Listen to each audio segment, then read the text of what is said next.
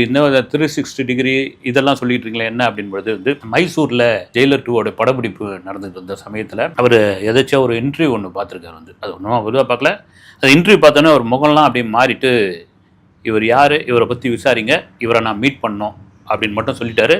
சரின்ட்டு அது ஒரு ப்ராசஸிங் ஒரு நாளில் முடித்து அவரை வந்து அவரை வந்து விசாரிச்சுட்டு இது பண்ணிட்டோம்.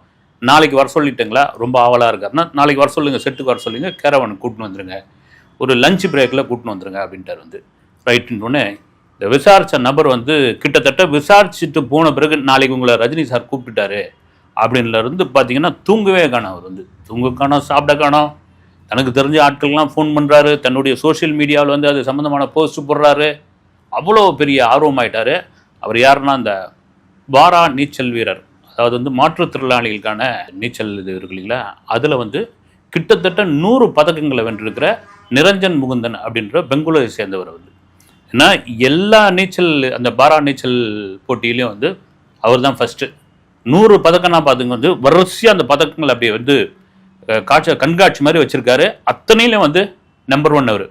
அவரை வந்து ஒரு இன்டர்வியூ ஒன்று பண்ணியிருக்காங்க வந்து. சரி, நீங்கள் இவ்வளோ இது பண்ணியிருக்கீங்க, இவ்வளோ திறமையாக வந்திருக்கீங்க, உங்கள் ஃபேமிலி இதுக்கு பெரிய சப்போர்ட்டாக இருந்தது, உங்களுடைய வாழ்க்கையோடைய லட்சியம் என்ன அப்படின்னு கேட்டிருக்காங்க. என்னுடைய வாழ்க்கையோடைய லட்சியம் ரஜினிகாந்தை சந்திக்கிறது, அவரை சந்தித்து ஒரு 10 நிமிஷம் பேசிட்டு அவர் கூட ஃபோட்டோ எடுத்துக்கிட்டா போதும்னு இந்த அந்த இன்டர்வியூ இருக்கு இல்லைங்களா, அதுதான் அது ஏதோ ஒரு பெரிய சேனல் கூட கிடையாது வந்து, ஒரு சின்ன இதில் ஒன்று கொடுத்துருக்காரு. அது வைரலாகி சோஷியல் மீடியாவில் வந்து ரஜினியோடைய கண்ணில் பட்டுடுச்சு. இப்போ தகவல் அவருக்கு போயிட்ட உடனே தான் இந்த நிரஞ்சன் முகுந்தன் தூங்கவே இல்லை. ரைட், ஓகே, பெங்களூரை சேர்ந்தவர். அப்புறமா அவர் கார் அனுப்புகிறாங்க. வந்தவுடனே ஜெயிலர் 2 ஷூட்டிங் ஸ்பாட் மைசூரில் கேரவனுக்குள்ளே போனோடனே ரஜினி என்ன நினச்சிக்கிட்டு இருக்காரு, இவர் சென்னையை சேர்ந்தவர்னு நினச்சிட்டு இருக்காரு வந்து. ஏன்னா இவங்களும் விஷயத்தை சொல்ல காண வந்து, சார் பேசிட்டோம், ஓகே பண்ணிட்டோம், அவரை கூட்டின்னு வரோம் அப்படின்னு தான் சொல்லியிருக்காங்க. முழுசாக யாரும் சொல்ல மாட்டாங்க அவருக்கு இருக்கிற பிஸியில் வந்து. அப்புறம் மெட்ராஸ்லேருந்து இவ்வளோ தூரம் சீக்கிரமாக வந்துட்டீங்களான்னு கேட்டுக்கிறாரு. சார் மெட்ராஸ் இல்லைங்க, நான் பெங்களூரு அப்படின்னு இருக்கிறார் வந்து. இது கூட தெரியல என்னென்னா அந்த கொடுத்த பேட்டி அவர் ஒரு விதமாக மாற்றிட்டு இருக்குது வந்து.